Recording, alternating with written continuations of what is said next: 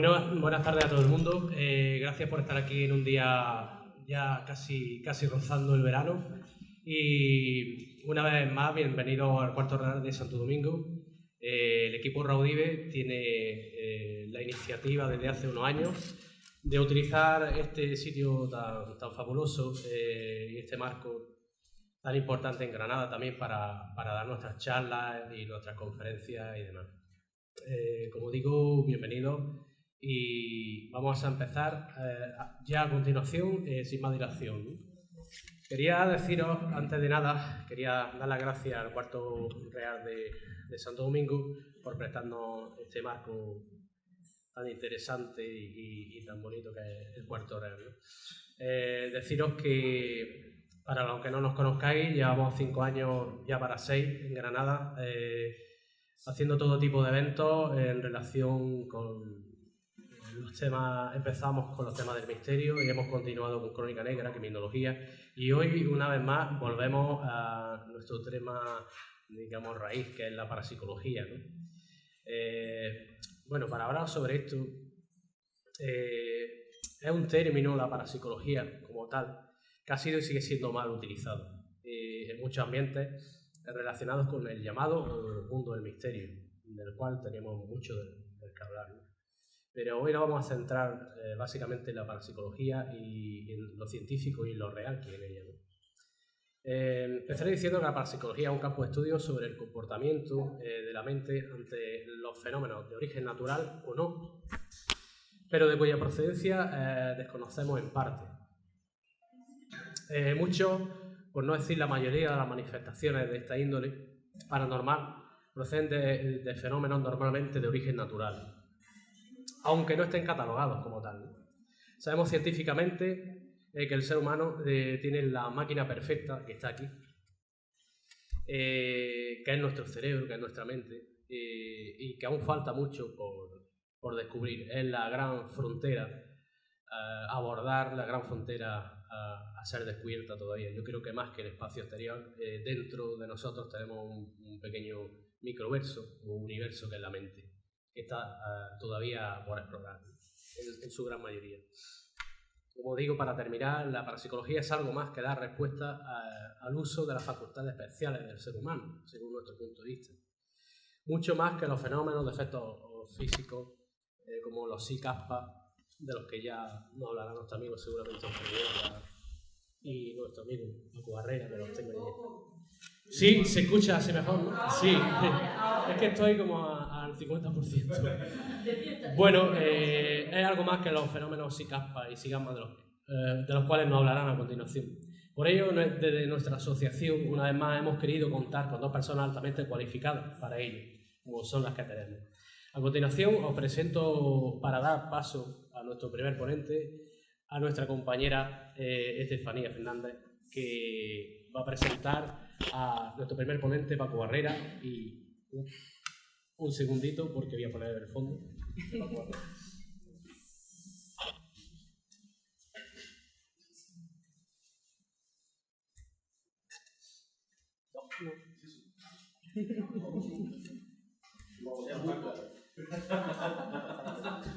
Ahí está. Sí. Bueno, buenas tardes a todos. Nuestro amigo Paco Barrera es presidente y cofundador de la Sociedad de Investigaciones Biofísicas Better House de Granada. ¿Se escucha bien? ¿No? ¿Más? ¿Sí? ¿Hay un ruido de fondo? Ay, lo siento. Bueno, es creador del proyecto de la Asociación Granadina de Estudios de Fenómenos Insólitos, ha sido conferenciante sobre ufología, parapsicología y enigmas, precursor de la investigación y divulgación de temas de frontera desde los años 80 en Granada y además es colaborador en diversos programas de televisión y radio, como por ejemplo El Último Peldaño.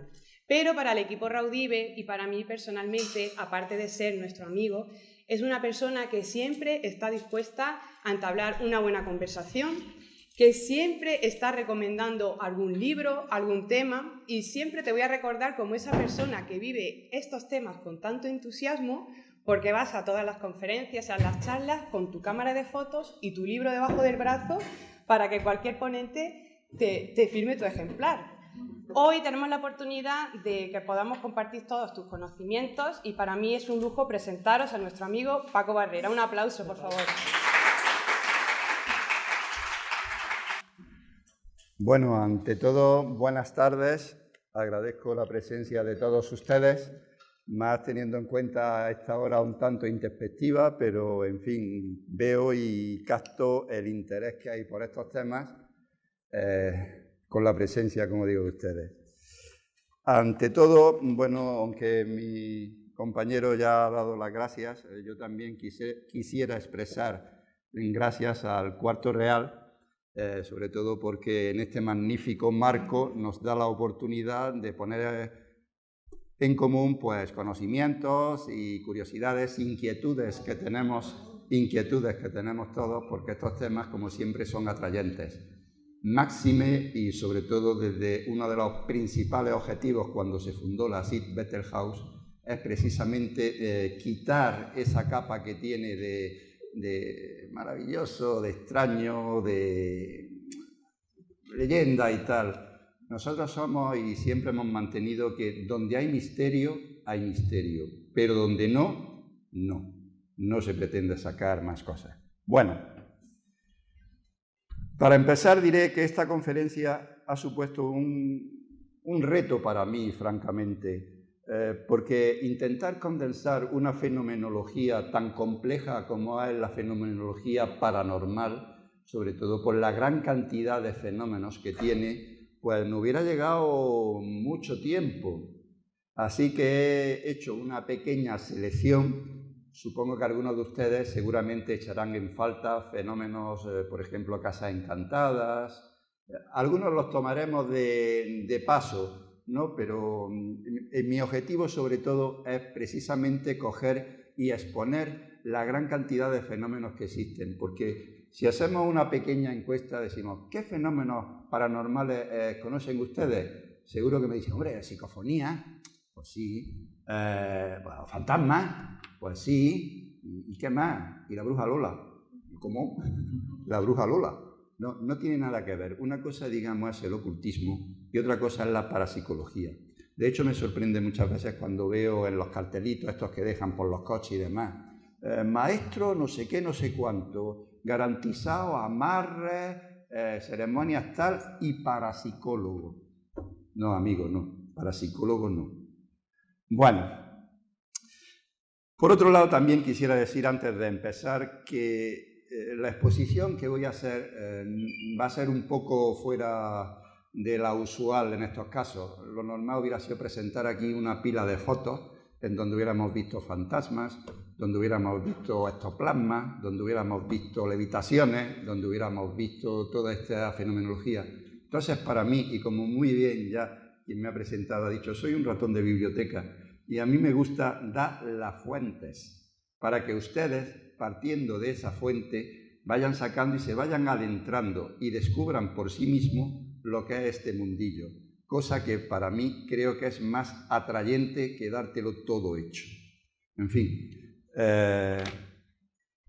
pues nada, sobre todo decir que vamos a ver muchos libros, todos de mi cosecha o todos están en mi biblioteca y por lo tanto pues creo que los conozco y he considerado muy oportuno ponerlos porque va a complementar la breve exposición que voy a decir sobre cada fenómeno. En fin, dicho esto, vamos a comenzar. Yo tenía aquí puesto lo siguiente, y permítanme que lea. Dice, una madre soñó que en el plazo de 2 horas una fuerte tormenta haría caer una pesada lámpara sobre la cuna de su bebé. Despertó a su marido. No es más que un sueño, le dijo éste. No hace mal tiempo, vuélvete a dormir. Pero de todas maneras, ella, la madre, sacó a su bebé de la cuna y lo puso a dormir con ellos. 2 horas más tarde, una inesperada tormenta se produjo sobre el lugar y mira por dónde la lámpara cayó sobre la cuna. Una muchacha de 13 años estaba almorzando en el colegio cuando presintió que su hermana pequeña gritaba. Salió corriendo hacia su casa, donde descubrió que la niña casi se había cortado la mano en dos. Llamó al médico, el cual llegó justo a tiempo para impedir que la pequeña muriera desangrada. A Otto Reimann le mostraron un reloj.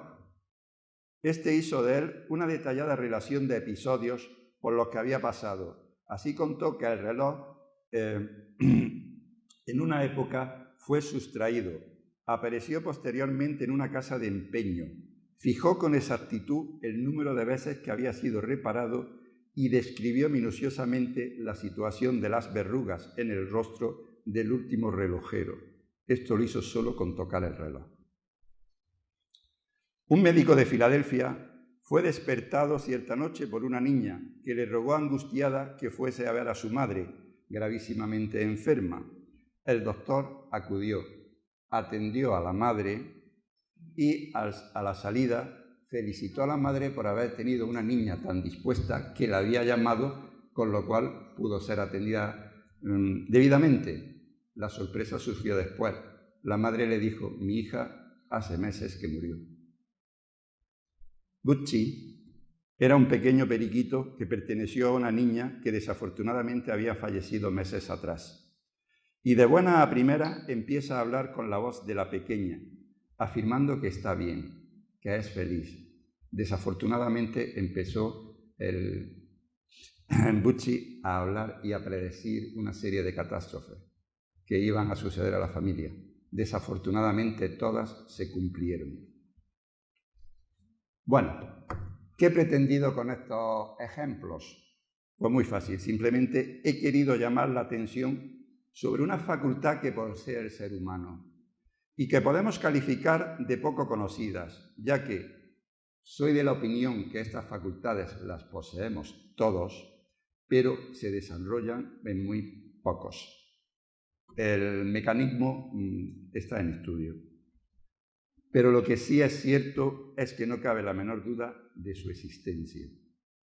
Podemos establecer el símil entre facultades y sentidos, entendiendo estos como el medio innato que tenemos y que nos permite interactuar sobre otros seres y sobre el medio o el entorno donde vivimos. Son bien conocidos los 5 sentidos que tenemos: vista, oído, olfato, tacto, gusto. Pero como he dicho en los ejemplos anteriores, he querido poner de relieve otro sexto sentido, por denominarlo de alguna manera, o dicho de una forma muchísimo más general. Nos estamos refiriendo a la denominada percepción extrasensorial, cuyas manifestaciones pretendo exponer a continuación. Estoy plenamente convencido de que estas manifestaciones tienen su origen o son producidas de forma consciente, inconsciente, a veces intrascendente, y por supuesto también las tenemos originadas en entidades no necesariamente humanas. Y la plasmación o interactuación de ellas en el medio viene a ser definido como fenomenología paranormal. Hoy en día, este conjunto de fenómenos son el objeto de estudio de una nueva ciencia. Digo nueva porque es relativamente reciente. Si bien, y retrotrayéndonos más antiguamente, en un principio esta ciencia se llamaba metapsíquica. Y de hecho, ahí están viendo ustedes unos ejemplos de bibliografía de la época, en donde, se hablaban de todos estos fenómenos y, como he dicho, se denominaba metapsíquica. Actualmente se conoce más popularmente, es más difundido el término parapsicología. Bien, aquí tenemos también otros libros de época, en donde vemos la metapsíquica y el espiritismo. Hay corrientes que francamente nos llevarían a auténticas conferencias, porque, por ejemplo, si hablamos de espiritismo, ya hoy aquí ya no podíamos hablar de más nada. Creo que habrá lugar y tiempo en próximas conferencias para hablar de unos determinados fenómenos que aquí voy a exponer de una forma más, prolongada, de una forma más extensa, con más, si me permiten la expresión, pelos y señales, y de una forma más amena. No solo va a ser el libro, sino prometo traer fotos más ilustrativas. Y también, si observamos el libro que hay al lado de Metapsíquica y Espiritismo, los fraudes espiritistas. Una de las grandes luchas que ha habido en este nuevo campo, en esta nueva ciencia, es precisamente coger y diferenciar lo auténtico de lo falso. Bueno, esto era muy propio de la mentalidad de la época, en donde el fraude en todas estas cosas nuevas, pues la verdad estaba al orden del día. No nos tenemos que, digamos, en fin, escandalizar ni nada. La ciencia pura y dura, quien conoce su historia, verá que, por ejemplo, también ha estado plagada de fraudes. El hombre de Piltdown, por ejemplo, en fin, que se da en todos lados. Siguiente, por favor. Bien, y como he dicho, dejamos la metapsíquica y pasamos a la parapsicología. Aquí he traído 3 libros de 3 investigadores clásicos del fenómeno. Sobre todo, por ejemplo, tenemos a Joseph Beth-Rhein, tenemos a Hans Holzer y sobre todo, y digo sobre todo, a nuestro amigo Hans Bender, muy conocido por todos aquellos seguidores del profesor don Germán de Argumosa, el cual, cuando hacía sus investigaciones sobre las caras de Vermes, siempre sacaba a colación y decía: sí, porque mi querido amigo, el profesor Hans Bender de la Universidad de Friburgo, en fin, estaba también en el ajo, digamos. Es una mera anécdota, pero bueno, eran las personalidades que en aquella época pues desarrollaban todo en este mundillo. Siguiente. Y esto, para mí, es una sorpresa que le tenía preparada a ustedes. Estamos hablando de personalidades, Hans Bender, Hans Holzer, extranjeras. Pero ¿y en España? ¿Qué pasa? Pues en España también tuvimos un gran parapsicólogo. Y este gran parapsicólogo era Julio Roca Montañola, barcelonés.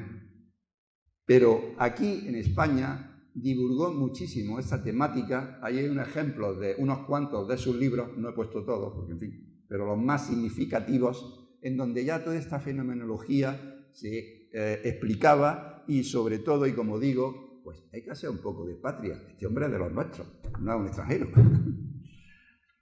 Siguiente, por favor. Bien, vamos a hablar ya, vamos a meternos en harina. Vamos a hablar de fenomenología paranormal. Comenzaremos tratando de definir estas 2 palabras. Fenomenología. ¿Qué entendemos por fenomenología? Se entiende como las manifestaciones de estas facultades, es decir, los efectos que producen y que somos capaces de captar a través de nuestros sentidos o plasmar en medios mecánicos, por ejemplo, grabadora, por ejemplo, videocámara y una serie de aparatos con los cuales contamos actualmente. En aquella época eran cámaras de fotos y, bueno, y quien pudiera. Término paranormal. ¿Qué entendemos por paranormal? Es decir, paranormal significa al lado de lo normal. Pues el 100% de estas manifestaciones no son normales. No entran en la experiencia vital cotidiana y se caracterizan por la espontaneidad, por su gran dificultad, ojo, no digo imposibilidad, gran dificultad en intentar reproducirla según nuestra voluntad. Vamos a unos ejemplos. Están ustedes viendo uno de los ejemplos más clásicos dentro de la fenomenología paranormal, y son las experiencias que se hacen con las denominadas cartas Zener. Estas cartas sirven para cuantificar, experimentar sobre un fenómeno que es la telepatía. ¿Qué es la telepatía? La podemos definir como la transmisión del pensamiento a distancia sin que medie soporte físico conocido. No voy a abundar más sobre este tema porque creo que es bastante conocido. Siguiente, por favor. Aquí traigo otra curiosidad. Este libro de Upton Sinclair, La telepatía, Mental Radio, es una de las primeras obras divulgativas sobre el tema de telepatía, pero lo traigo porque presenta una curiosa característica, y es que precisamente el prefacio de este libro lo escribió nada más y nada menos que Albert Einstein. Siguiente, por favor. Bien, aquí nos encontramos con otra obra que la he traído a colación ya que estamos en la era de los vuelos espaciales y pues resulta que el psíquico Olaf Johnson, junto con el astronauta Edgar Mitchell del Apolo 14, pues nada más y nada menos que en los ratitos libres que Mitchell tuvo allí en la Luna, pues se dedicó a hacer una experimentación de telepatía. Mediante una baraja Zener, o sea, la que hemos visto tal, estuvieron experimentando. Y esto lo hizo por lo siguiente, simplemente para demostrar una de las, cualidades que dicen de la parapsicología, que no hay distancias, se salvan todas las distancias, no se necesita estar cercano, siempre se produce. Siguiente. Vamos a cambiar el tercio. Vamos a hablar de la precognición. ¿Qué es la precognición? La precognición es la predicción de vivencias y sucesos futuros.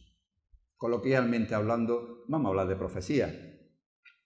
Ahí tenemos a Nostradamus, veo que conocidos por todo el mundo, las profecías de San Malaquías, dice, y compañía. Este libro en realidad es curioso porque tanto habla a favor como también nos muestra un poco, digamos, en contra, es decir, saca a la luz a aquellos señores, pues bueno, que no son muy legales, por decirlo así, en este mundillo, pero está bien porque son las típicas predicciones del futuro que estas personalidades como Nostradamus o San Malaquías, pues posteriormente hemos podido ver que efectivamente se cumplen. Y bueno, se cumple aquí, he puesto otro libro precisamente en donde viene una gran recopilación de profetas y sobre todo visiones de futuro, en donde puedo decir, y a través de una vez terminada su lectura, que gran parte de lo que ahí pone, pues han cumplido. Pero a fuerza de ser sincero también tengo que decir que hay auténticos fiascos. O sea que la cosa está un poco entreverada, digamos. Siguiente. Pasamos a otro de los fenómenos. Hemos hablado de la precognición, es decir, visión al futuro. Pero, ¿y la visión hacia atrás? Entonces se conoce como retrocognición. La retrocognición es el conocimiento extrasensorial de hechos y vivencias pretéritas. También se conoce con el nombre de psicometría. Un ejemplo es el del relojero este que he dicho, este dotado, que nada más que presentarle un reloj, supo la historia de ese reloj. Pero esto se ha llegado a profundizar más y, por ejemplo, aquí tenemos la obra del doctor Milan Rik, en donde se habla de la revelación bíblica y la parapsicología. O sea, hay personas que han sido capaces de retrotraerse a la época, digamos, de Jesucristo, en donde se han mostrado elementos u objetos de aquella época y han puesto, nos han ilustrado, digamos, sobre la vida y lo que pasaba por aquellos lares. En fin, me imagino que Juan José Benítez copiaría de esta gente a hacer los caballos de Troya, pero bueno, eso que cae, que coste. Siguiente. Arqueología psíquica. Estamos abundando sobre el mismo tema y este es muy importante. La arqueología psíquica también recibe otro nombre, el déjà vu.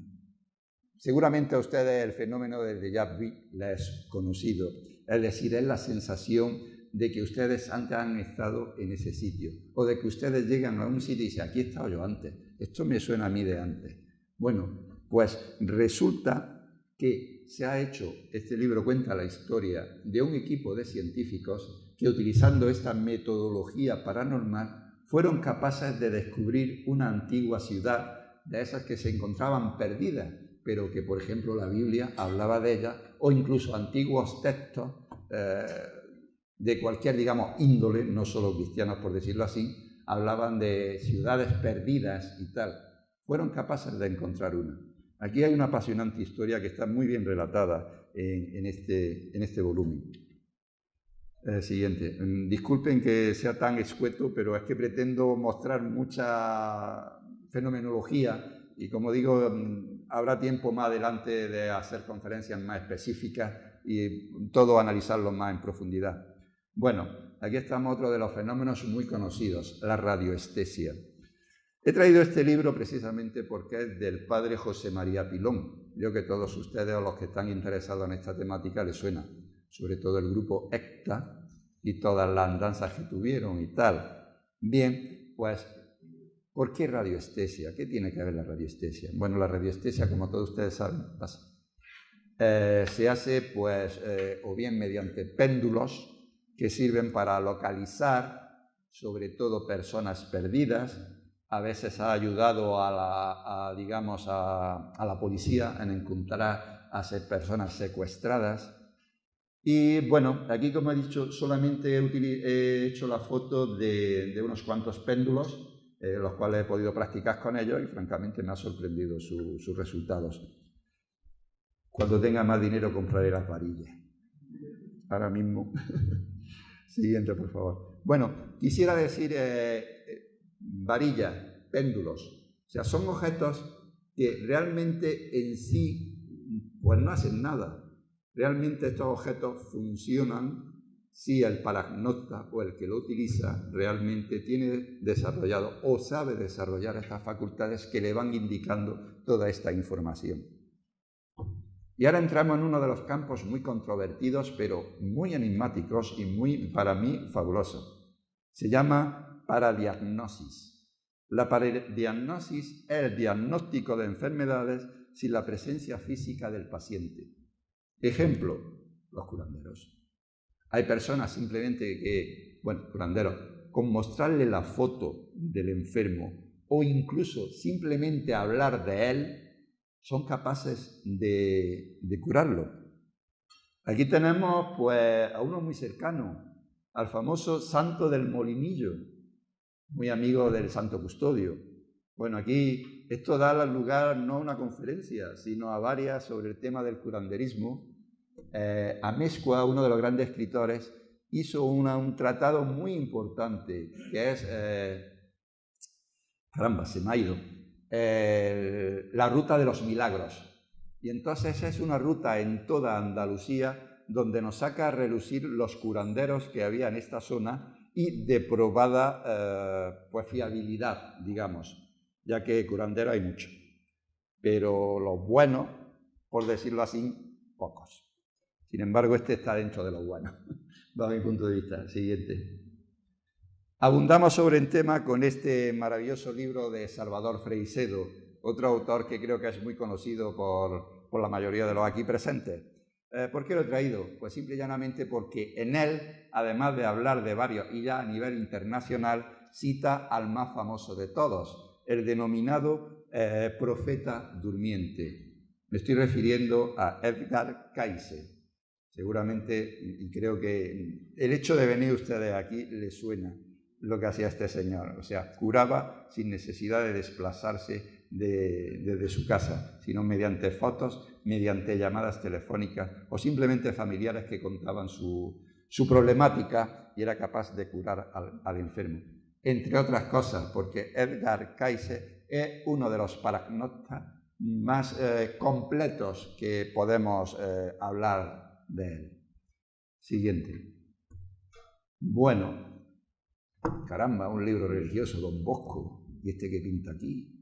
Pues hay una fenomenología paranormal muy propia, sobre todo y dentro de nuestro ambiente, se mueve mucho en el campo religioso, y es el denominado fenómeno de bilocación.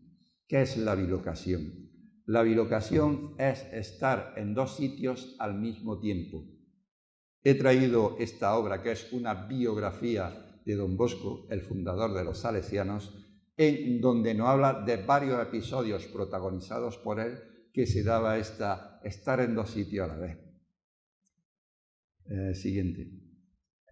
Muchísimo más famoso que Don Bosco es el Padre Pío, evidentemente el Padre Pío de Pietrelcina, el cual, además de, aquí este hombre es una conferencia exclusivamente para él, debido a la gran fenomenología que desarrollaba. Aquí, como digo, pues también hacía bilocación, tenía ese don. Y podemos decir que también teníamos que hablar, y muy famosa, el caso de Sor María de Ágreda, Digo famosa puesto que Javier Sierra, en su libro La Dama Azul, también nos cuentan estos episodios. Voy un poquito más rápido porque creo que el tiempo se nos va a comer. Siguiente. Entramos en las apariciones. ¿Qué son las apariciones? Las apariciones son visualizaciones de formas espectrales asociadas en el lugar a episodios históricamente comprobados. Sin lugar a dudas, si estamos en Granada, ¿cómo no vamos a hablar del fantasma de la Diputación? La aparición por excelencia. Como es súper conocida, pues paso. Siguiente.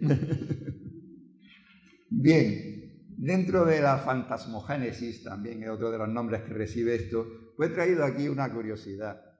Estamos hablando, pone fantasmas, y estamos hablando del caso del Palacio de Linares. Muy conocido, creo, y también una gran parte de, bulos se metió por medio. Pero al lado he puesto un libro muy curioso, ese que pone fantasmas, que se ven a estos señores en lo alto de una tumba, tomándose de copichuela y demás. Este es un libro de carácter infantil. Es un libro que está pensado para que los niños de a la pequeña edad y tal, es como un TV, una historia muy amena y muy, no sé, tiene su encanto. Y los niños ya empiezan a hablar de esta temática. Siguiente. Si hablamos de apariciones, otro de la fenomenología o campos que podemos estudiar antes, no solo es la aparición de estas entidades, sino hay otras apariciones que son las denominadas apariciones marianas. Estamos hablando de apariciones de la Virgen. Aquí traigo una foto de Lourdes, el santuario de Lourdes, en donde se ve a lo lejos la gruta en donde apareció la Virgen, rodeada de fieles, y bueno, realmente yo tuve la oportunidad, junto con mi señora, de estar por allí, y digo una cosa, estuve en Fátima, aquello a mí no me causó nada. Sin embargo, cuando fui a Lourdes, nada más entrar en el recinto, vamos a decir, se olía algo. Dejémoslo ahí. Siguiente. Abundando sobre el tema, este es un maravilloso libro, El enigma de los milagros. No solo habla de milagros, sino también por las famosas apariciones de Lourdes, de Fátima, Garabandal, en fin. Vamos a pasar, que he abundado un poco sobre lo mismo. Bueno, y ahora llegamos a un tema un tanto controvertido. Estamos hablando de las regresiones. ¿Qué son las regresiones? Las regresiones es la posibilidad de revivir episodios o sucesos vinculados a épocas anteriores. Aquí está uno de los libros pioneros sobre regresiones. La búsqueda de Brian Murphy. Es la primera vez que salió a la luz un estudio sobre vida anterior a la vida, en donde al sujeto, mediante hipnosis, se empezó a hacer una regresión, o sea, a contar su vida para atrás. Se llegó al estado fetal. Y curioso, siguieron para atrás y salieron otras vidas. Siguiente. Si han salido otras vidas, ¿estamos hablando de reencarnación? ¿Señales del más allá? Es posible. De hecho, en el libro Señales del Más Allá se cuentan la historia de una pequeña, entre otras muchas, que a la edad de 4 años o 5, bueno, pues decía que ella tenía marido y que ella no era de allí, que era de otro pueblo. Y era tanta ya la manía que le pillaron la familia que dijeron, esta niña no está bien, esta niña está mal. Entonces llamaron a un médico y hasta que dieron con una persona que dijo, bueno, vamos, ¿qué cuenta la niña? La niña dice que está casada con un señor que vive en un pueblo, esto es la India, ella, el pueblo donde estaba, estaba al norte, y ella hablaba de un pueblo que estaba al sur de la India. Imposible esta chica de haberlo visto porque jamás había salido de su casa. Y sin embargo describía las calles, describía todo. Dice, mira, la única posibilidad que queda es coger a esta niña y nos vamos a ese pueblo en el sur. Y bueno, esto es muchísimo más largo, total, llegaron al sur y le hicieron la siguiente prueba. La niña la dejaron al inicio del pueblo, toda la gente que iba con ella detrás. La niña, ni corta ni perezosa, se fue directa a la casa que había descrito, identificó en una foto a lo que era su marido, que evidentemente había fallecido hacía tiempo, la familia alucinaba y lo mejor de todo, había una caja escondida. Solamente la conocía su marido y ella. Pues esta niña fue directa a esa caja. Nadie conocía ese paradero. Es decir, es como, había estado allí antes. Sí. Bueno, vamos a dejarlo ahí. De ahí, como digo, esto, si quieren tomar nota de la bibliografía donde toda esta historia se amplía. Bueno, vamos a hablar muy rápidamente de esta fenomenología. ¿Quién no ha hecho psicofonía en su vida? Yo creo que todos los interesados en esta temática, bueno, le han llamado la atención y tal. He traído aquí un libro, y puedo decir el primero o el pionero que habla de las psicofonías. Se lo debemos a don Sinesio Darnell. Desafortunadamente ya no está entre nosotros. Y escribió este clásico entre los clásicos, Voces sin rostro, en donde ya esbozaba unas cuantas hipótesis, pero creo que mi compañero va a hablar sobre ello después, ¿no? En fin, yo corto porque creo que él va a decir cositas más interesantes al respecto. Vamos a pasar al siguiente. Bien, bueno, esto es, digamos, una cosa vintage, por llamarlo de alguna manera, y es mi pequeño equipo en donde yo empecé a hacer psicofonías. O sea, de lo más simple, cinta, virgen, por supuesto, grabadoras, por supuesto se recomienda utilizar micrófono, pero y micrófono no lo han incorporado en la grabadora, puesto que esto recogía el sonido del motor de arrastre, sino un micrófono exterior, que nos da más calidad. Bueno, pasamos. Y bueno, ¿qué pasa? ¿Solamente sonido? Pues no. Hay más sonido, hay imagen. Y estamos ya hablando de los fenómenos de la transcomunicación instrumental, la transcomunicación o psicoimágenes, que también como se conocen. Aquí he traído unos cuantos ejemplos al respecto, y es que mediante, técnicas, que sería cuestión un poco difícil de describir aquí, pues se consiguen imágenes en televisores antiguos, incluso en televisores rotos, que solamente funcionan en el tubo de rayos catódicos, o sea que no se pueden ni sintonizar, pero ahí aparecen cosas. Vamos a dejarlo en aparecen cosas. ¿Vale? Siguiente, por favor. Bueno, otra de las grandes temáticas, aunque ya hemos hablado un poco de la reencarnación, ahora vamos a hablar de lo otro. Si la reencarnación, estamos hablando de una vida anterior a la vida. Oye, ¿y qué pasa después de muerto? ¿Hay una vida después de la vida? Pues sí. Según la parapsicología, nos dan muchísimos indicios de que sí. Y entre ellos he traído aquí a dos de los grandes clásicos. Todo el mundo conoce la obra de Raymond Moody, Vida después de la vida, pero hay que decir y hay que poner en valor que la primera investigación que se hizo sobre vida después de la vida se la debemos a una doctora, la doctora Elizabeth Kubler-Ross. Y aquí está su primer libro, La muerte, un amanecer. La doctora Elizabeth Kubler-Ross trabajaba en un hospital en Estados Unidos y siempre trabajaba con los denominados enfermos terminales. Y ellos le contaban cosas. Y se sorprendía porque estos enfermos, lo mismo era uno cristiano, era un musulmán, era un negro, por decirlo así, y no lo digo en plan despectivo, sino simplemente quiero decir que hay un gran abanico de humanidad que todos, francamente, no estaban lo mismo.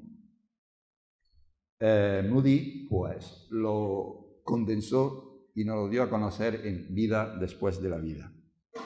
¿Y qué pasa? Uno de los grandes investigadores también de esta fenomenología, y muy a tener en cuenta, pues no es que se caracterice por su, no creer en esto, sino al contrario. Esto es de los, escépticos que a mí me gustan, es decir, un escéptico razonado. Si dice una cosa, la razona y dice el porqué. El retorno del silencio, una obra que recomiendo, que habla de esta fenomenología desde un punto de vista mucho más escéptico, pero desde un punto de vista que clarifica muchísimos de estos puntos. Siguiente. Bien, he traído esta es una curiosidad total y absoluta. Esta curiosidad se llama el experimento de Spalse. El experimento de Spalse nos habla de una, energía que todo el mundo tiene, que todo el mundo una vez muerto, pues permanece, que se transmite y que tal vez esta, como él llama, psicoenergía, o mejor dicho, perdón, sinergia, puede ser la causa o el origen o el efecto de toda esta fenomenología. Es simplemente una hipótesis más, pero un campo a tener muy en cuenta, y yo invito a todos aquellos a que profundicen en este tema. Es súper interesante. Así que otra vez os dejo con la mía en la boca y vamos a seguir. Bien, la siguiente cuestión es la psicoquinesia. ¿Qué es la psicoquinesia? Pues es la influencia dinámica sobre pequeños objetos por acción mental. ¿Y qué ha dicho este hombre? Pues simplemente he dicho que es la acción que tienen determinadas, digamos, medium o dotadas de mover objetos simplemente con la fuerza de la mente. Traigo estos libros porque uno de los campos en donde más se ha desarrollado esta fenomenología ha sido precisamente en la Unión Soviética. Ha estado muy escondida, hasta gracias a Dios que surgió la perestroika, y a raíz de la apertura de los archivos y de estudios al respecto, pues bueno, nos hemos podido enterar de muchísimas cosas. Tenemos ahí precisamente una de las más famosas, es Nina Kulagina. Era capaz de mover objetos simplemente poniendo las manos a determinada distancia y estos objetos se movían.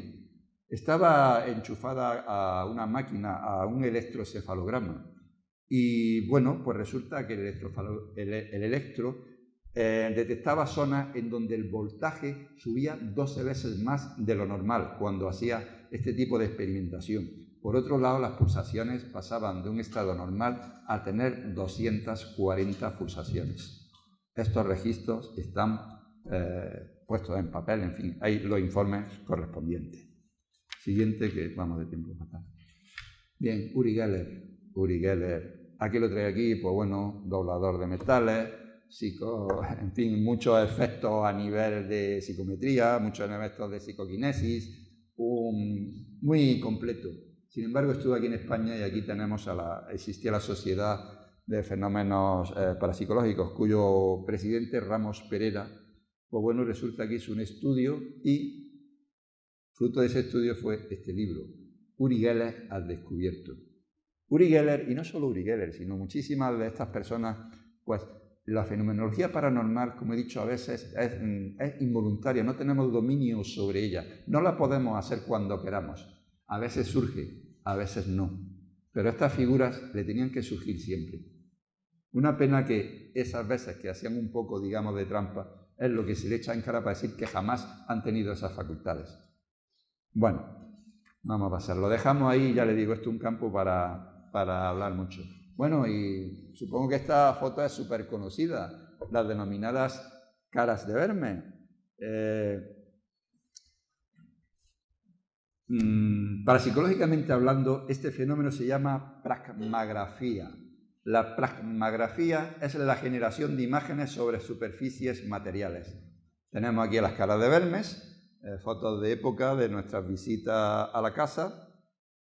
Bueno, sería largo de extender, sobre todo la figurita que tenemos abajo, ese que se ve el obispo, porque es curioso, en esa foto no hay una figura, hay 4 caras. Pero en fin, ya hablaremos en una conferencia exclusiva sobre las caras de Vermes, que creo que merece la pena para clarificar muchas de las verdades y también muchas de las mentiras que se han vertido sobre el tema. Pasa. Y ya que hablamos de verdades y mentiras, pues por ejemplo, esto es otro ejemplo de esa bibliografía. Tenemos la famosa obra de Jiménez Romero, Las caras de Vermes, clásico entre los clásicos en que nos ponía el fenómeno al descubierto. Pero también tenemos la otra cara, la parte B. La parte B es Los caras de Vermes, en donde ahí nos hablan pues, de esta serie de señores que se pegaron a rueda y que intentaron sacar beneficios de toda esta fenomenología. No digo nada, ahí está la foto. Bien, pasa. Bueno, y a esto le tengo un cariño especial y yo he tenido una de las mayores alegrías de mi vida cuando he visto aquí a una antigua componente de la CID. Los otros dos los conozco, o sea, nos vemos más a menudo, pero ella me ha encantado verla. y es porque es la época donde la CID daba caña. ¿Y qué más caña que esto, señores? La CID, Better House, y gracias a don Manuel Gómez Ruiz de la Asociación Parapsicológica Puerto Real, tuvo la osadía, por llamarlo de alguna manera, de, en la sala de exposiciones de la Facultad de Ciencias de la Universidad de Granada, trajimos la Expo-Belmes, un fenómeno maldito para la ciencia oficial, pero que la colocamos dentro de la cuna de la ciencia oficial. Tuvo una gran acogida porque realmente se desmitificaron cosas que se decían y realmente se pudo constatar, gracias a conferencias también paralelas a esto, se pudo constatar la veracidad del fenómeno de las caras de Belmes, con sus pros y sus contras, evidentemente. Pasa. Uy, rampa, ¿y esto qué pinta aquí? Bueno, aquí bueno, me he comido hablar de pirovasia, de dermografía, en fin, porque sería mucho pedir. Los rampa, precisamente entramos a las denominadas biopausias. ¿Qué son las biopausias? Las biopausias son un conjunto de fenómenos que realmente este señor Rampa, muy discutido, por cierto, pero gracias a él nos abrió los ojos de una gran fenomenología que se daba en la parte de Oriente. Hablaba de lamas, hablaba del tercer ojo, hablaba del aura, hablaba de una serie de cosas que, bueno, pues resulta que fue un tanto, digamos, ya que hubo señores que se dedicaron a investigar y dijeron Rosa Rampa que era un plomero inglés y que prácticamente todo se lo había inventado. Pasa. Sin embargo, yo puedo decir una cosa. Yo he leído las obras de Rampa y he comparado la fenomenología que describe Rampa con tratados de parapsicología actuales o de mi época, francamente, de ejemplo he estado poniendo ahí a montones, y puedo decir una cosa, el 90% de los fenómenos que Rampa describe son auténticos. La moderna parapsicología lo estudia y está dentro de su campo, dentro de su objeto de estudio. Que fuera o no un lama, que fuera o no un plomero inglés, francamente a mí me da igual. A mí me interesa el fenómeno y constatar que ese fenómeno existe. Aquí tenemos, bueno, ejemplos, tenemos ejemplos, hemos visto anteriormente, ahí hay un fakir y tal, bueno, que viene a decir que las biopausias pues son precisamente un control voluntario. Pues, ¿qué te digo yo? Por ejemplo, podemos hablar de los paracardismos. Los paracardismos son la capacidad de controlar las pulsaciones del cuerpo humano. Pero también tenemos un fenómeno muy curioso, la denominada parabiotérmica. Es decir, en Oriente existe el denominado culto al tumo o calor interno de la persona. Creo que para ustedes es bastante familiar la foto esa que se ve a un... Iba a decir fakir, no, un yogi sentado en lo alto en el Himalaya, rodeado de nieve, sentado en un montón de nieve y tiene la capacidad de fundir esa nieve con su calor que él genera. Otra cosa también son los llamados corredores, estos que se ven, bueno, que no los describe mucho también Rampa, no los describe también otros viajeros del Tíbet, en donde recorren grandes distancias, pero, ojo, no se le pueden parar, va como en trance, van como pegando botes, dan unas zancadas impresionantes y son capaces de recorrer grandes distancias en poco tiempo, algo más de lo que nos llevaría a nosotros. Todo esto, bueno, a veces suena un tanto, eso es leyenda, eso es cosas que cuentan historias. Sí, historias contadas por estos señores, pero tenemos este maravilloso libro de la primera viajera que estuvo por todos aquellos lares, Alessandra David Neal. Este es un libro, bueno, esta es una de las primeras ediciones que llegaron a mi poder. Actualmente hay varias reediciones y es fácil de encontrarlo. Yo lo recomiendo, que se llama... bueno, ahí lo están viendo ustedes. Lo recomiendo porque todo esto que estamos hablando, una, digamos, testigo externa, no habla de lo mismo.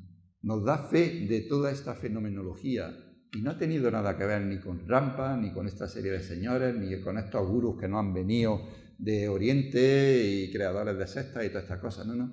Ya en aquella época, años atrás, tenemos un testimonio con todas las garantías que nos hablan de todas estas cosas. Siguiente. Vamos un poquito rápido. Bien, otro de los fenómenos son los denominados estigmas. ¿Qué son los estigmas? Pues son las apariciones de llagas de Cristo en las paranoctas. En este caso he traído este ejemplo de Teresa Newman, una de las grandes estigmatizadas. Pero sin lugar a dudas el más conocido de los estigmatizados son los estigmas del Padre Pío, del cual ya anteriormente hemos hablado de él con respecto a la bilocación. Daba misa y todas las manos siempre las llevaba cubiertas o tapadas, porque llevaban los estigmas. Mientras que Teresa Newman solamente sufría estos trances místicos en época, digamos, de Semana Santa o época religiosa, el Padre Pío los llevaba permanente. Siguiente, pasa que me interesa hablar de esto. ¿Qué es esto? Fuego del cielo. Hay un fenómeno dentro de la parapsicología muy maldito, por decirlo de alguna manera, que es la metapirogénesis. La metapirogénesis es la denominada combustión espontánea. La combustión espontánea es uno de los fenómenos más raros que hay dentro de objeto de estudio de la parapsicología.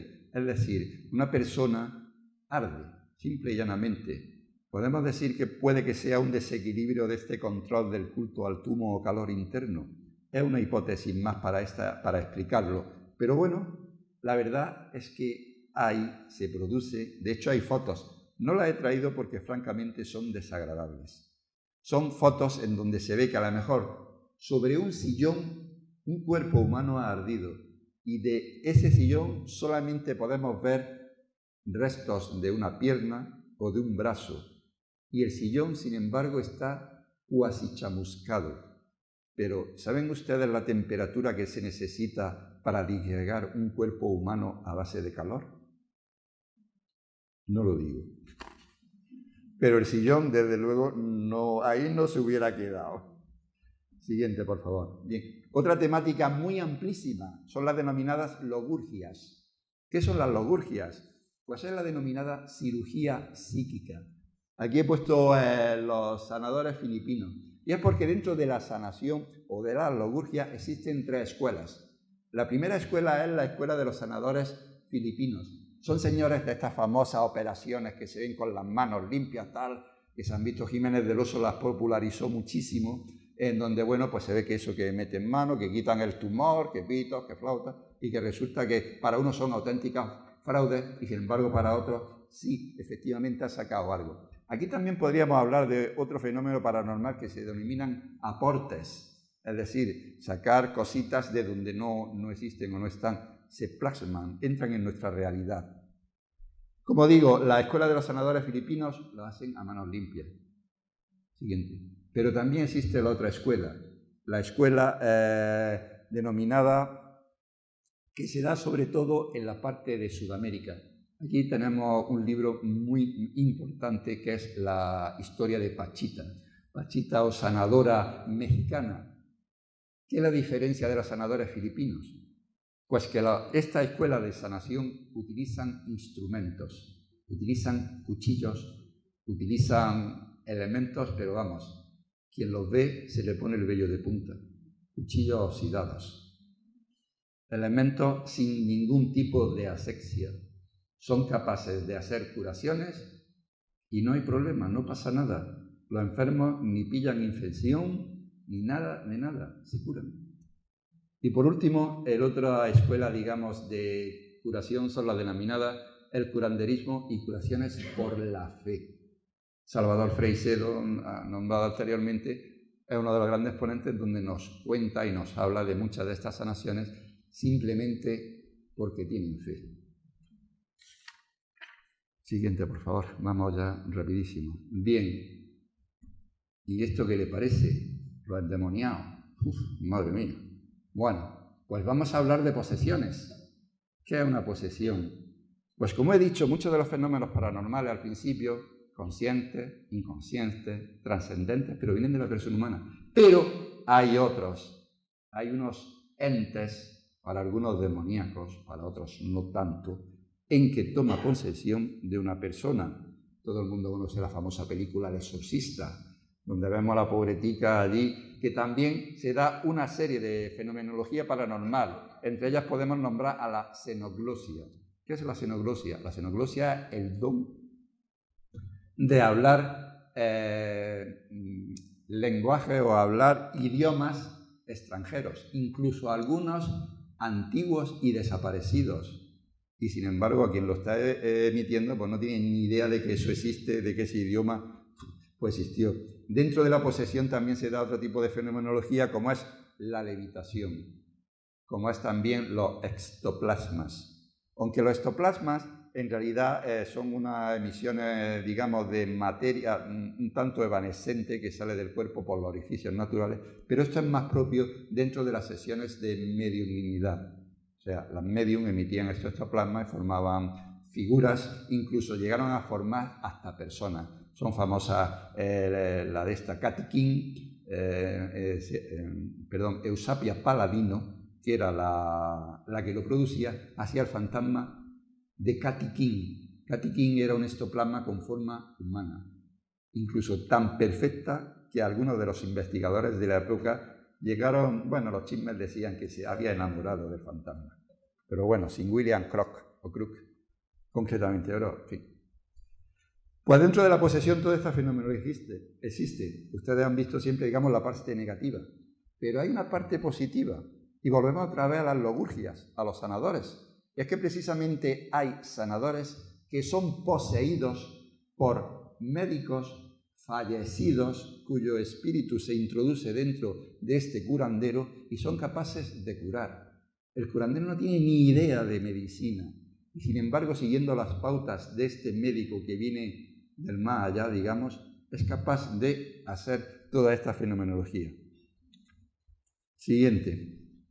Bien, aquí entramos ya en un término de cómo se utiliza toda esta fenomenología. Ustedes saben que, desafortunadamente, en nuestra sociedad, todo fenómeno, todo descubrimiento, primero se le busca una finalidad militar para aprovecharse de estas, digamos, facultades y luego ya pues revierte a la sociedad civil. Aquí he traído este ejemplo, el denominado proyecto MKUltra. No sé si ustedes han oído del proyecto MKUltra, en donde el ejército de Estados Unidos, bueno, pues tenía un equipo de paragnostas, un equipo de iniciados, en donde, bueno, concretamente el informe que están viendo ustedes en la portada es Proyecto MKUltra, el programa de la CIA de investigación de modificación del comportamiento. Es decir, están manipulando la mente con fines, bueno, si hablamos de militares, se lo pueden imaginar ustedes. Siguiente. Y aquí hay un libro, el cual se ha hecho una película muy famosa, y el libro es Los hombres que miraban fijamente a las cabras. Esto es Proyecto MKUltra. Lo que pasa es que el cine y los medios de divulgación, pues, ¿qué hacen? Que estos hechos tan escabrosos, pues pretende, mediante un tono jocoso, hacer una película en donde nos presenta ese fenómeno, pero de tal manera que al final quien ve la película dice, bueno, la gente del proyecto MKUltra lo único que hacían era emporrarse y estar todos en los mundos de Yuppie. Pues no, es muchísimo más periagudo de todo esto. Sin embargo, han utilizado este subterfugio para coger y quitarle un poco de hierro al asunto.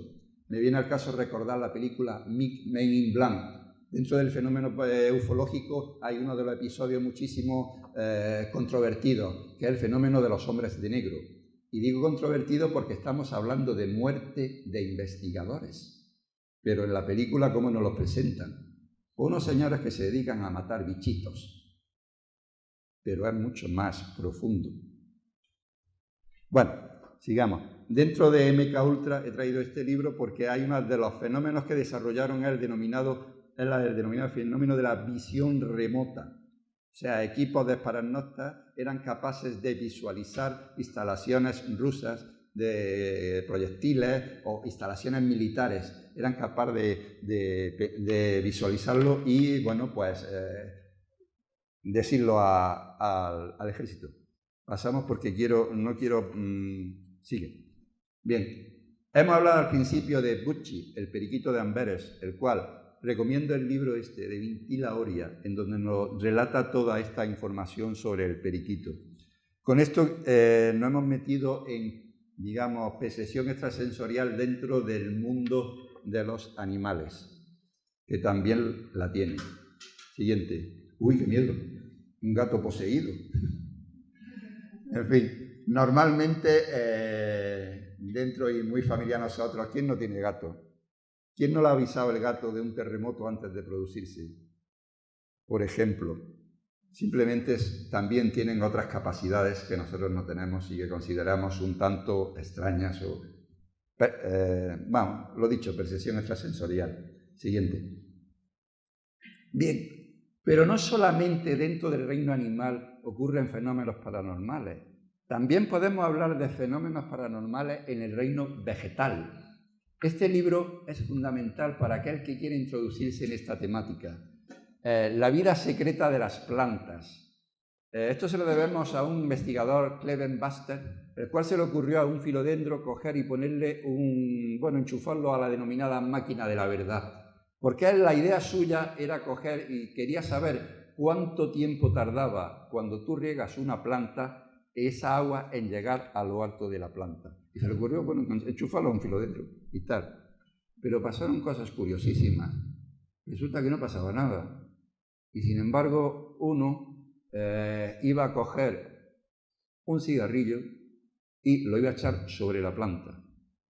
Este hombre, en el momento que inició la acción de llegar a la planta, antes de que ese calor de la colilla entrara en contacto con la planta, resulta que el electro que estaba dando, estaba aquello pegando botes, estaba chillando literalmente.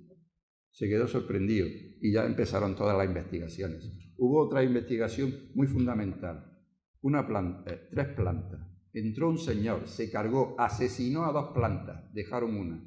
Salieron, se enchufó la máquina a la planta que había quedado y se hizo una ronda de reconocimiento.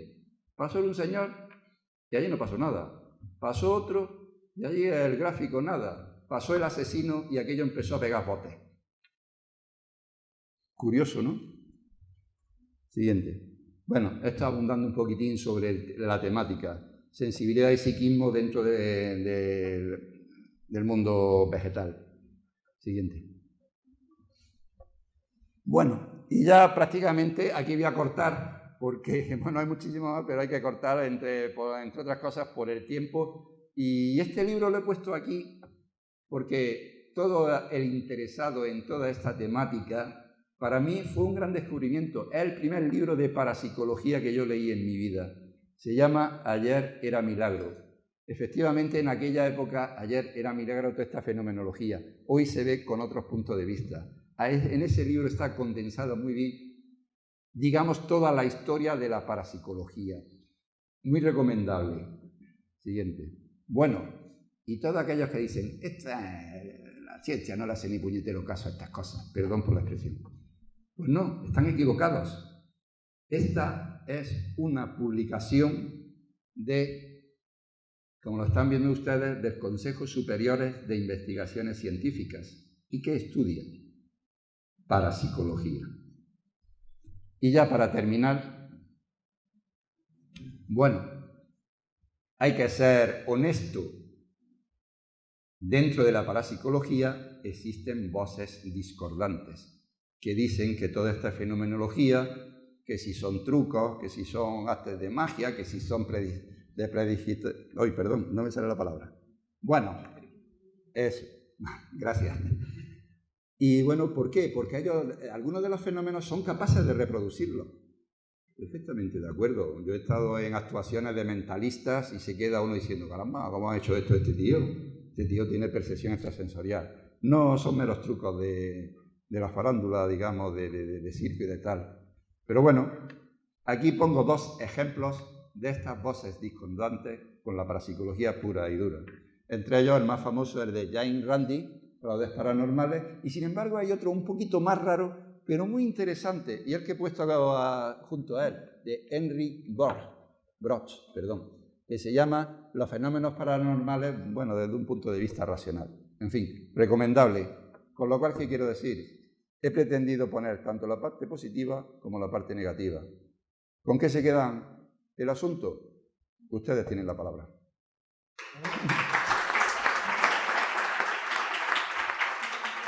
¿Qué tal?